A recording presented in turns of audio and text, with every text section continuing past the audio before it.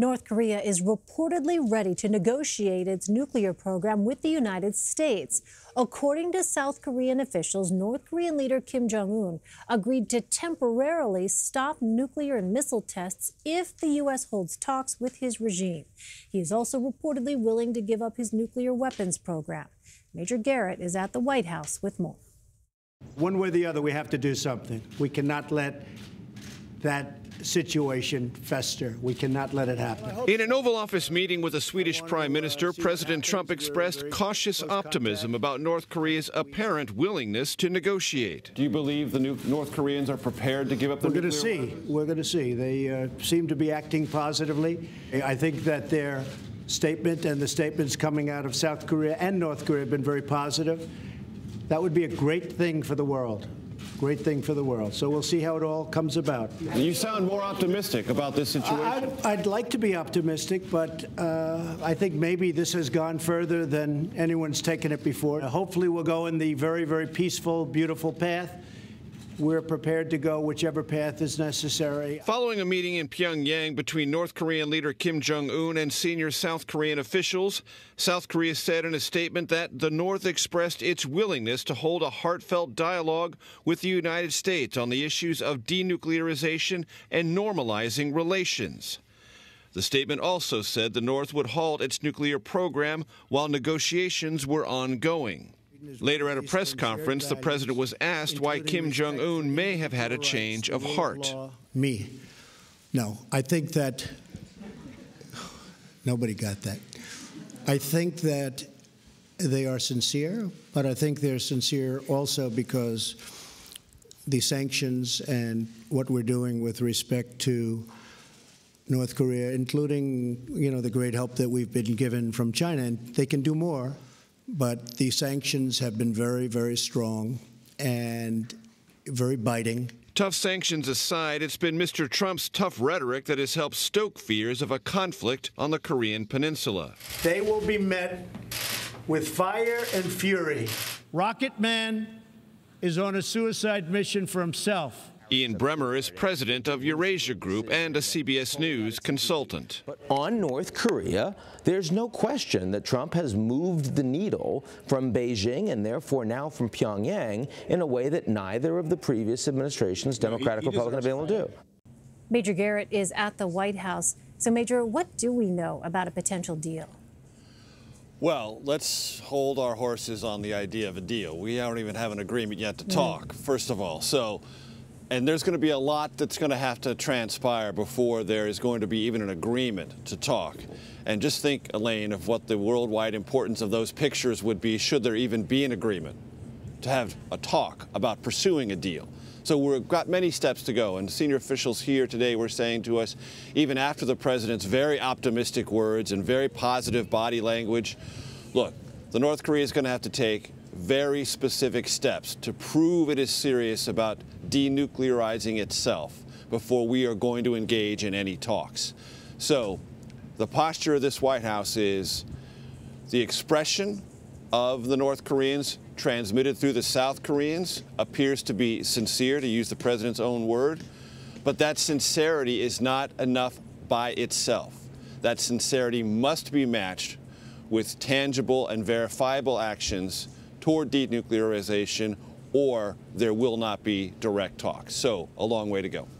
A long way to go, and you're right to caution us not putting our editorial cart before the horse. But in the event that we did look down the road, as you look at the landscape of this administration in terms of who could sit down and who could represent the United States should something come to fruition and there would be an agreement, do we have any sense of who a main negotiator for the U.S. could be? Well, we don't have a sense of it, and it's all right to talk about the possibility of talks because it's now something that this White House will discuss, at least in the potential sense. And that wasn't true even 2 weeks ago. The idea of talks was kind of ludicrous around here. The North Koreans, we have nothing to talk to them about. Either they denuclearize or that's it. We have nothing to discuss. Now they're willing to discuss maybe how that process works, what might be related to it, and other attendant issues. So it's a very good question. Who might be involved? Who might be the point person? We don't have anything that is verifiable yet, but we have some interesting tea leaves. Who went to the Winter Olympics in South Korea? Mike Pence. Who released the first formal appraisal from the White House today about the possibility of direct talks? Vice President Pence. Now, that's just a couple of tea leaves, but you have to ask yourself, who does the president trust most within his inner circle, ever shrinking inner circle as it appears, with Gary Cohn's departure? Top economic advisor.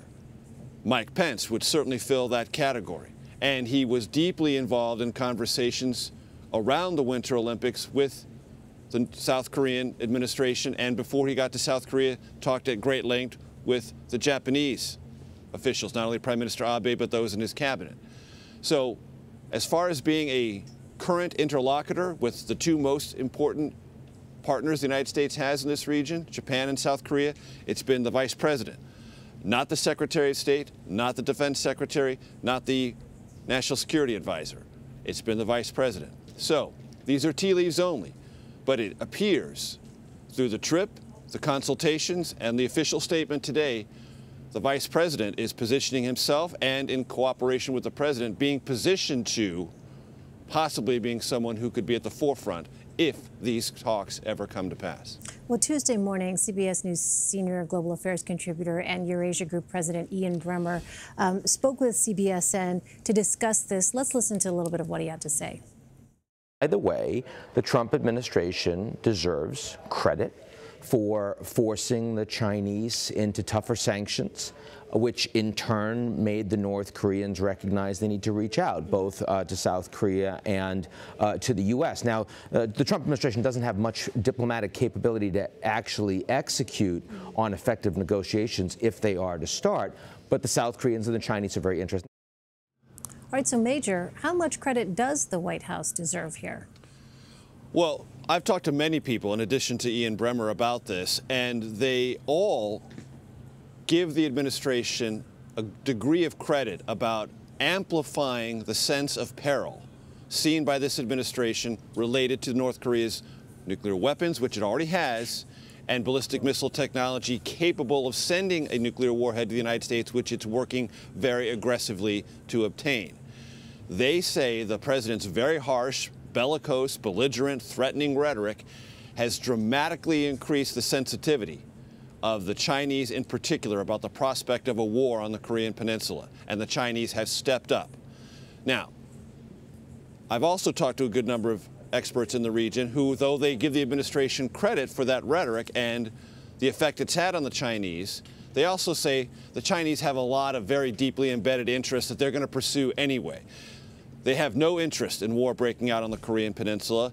There is a very difficult, antagonistic at times relationship between Xi Jinping, the president of China, and Kim Jong Un of North Korea.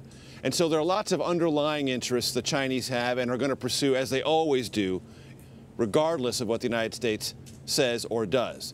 But that being said, this president, more than any of his predecessors, identified this as an issue, said he was prepared to strike militarily, had the Pentagon actively engaging in real-time war planning to see what could be accomplished and how. Plus, he has flexed U.S. muscles in the region with joint exercises, the presence of 3 aircraft carrier groups in the general area. All of that has been to signal this could happen, and the collision course is real, and that has certainly engaged the Chinese in ways they had not been engaged in before. All right, Major Garrett at the White House. Major, thanks very much. Sure.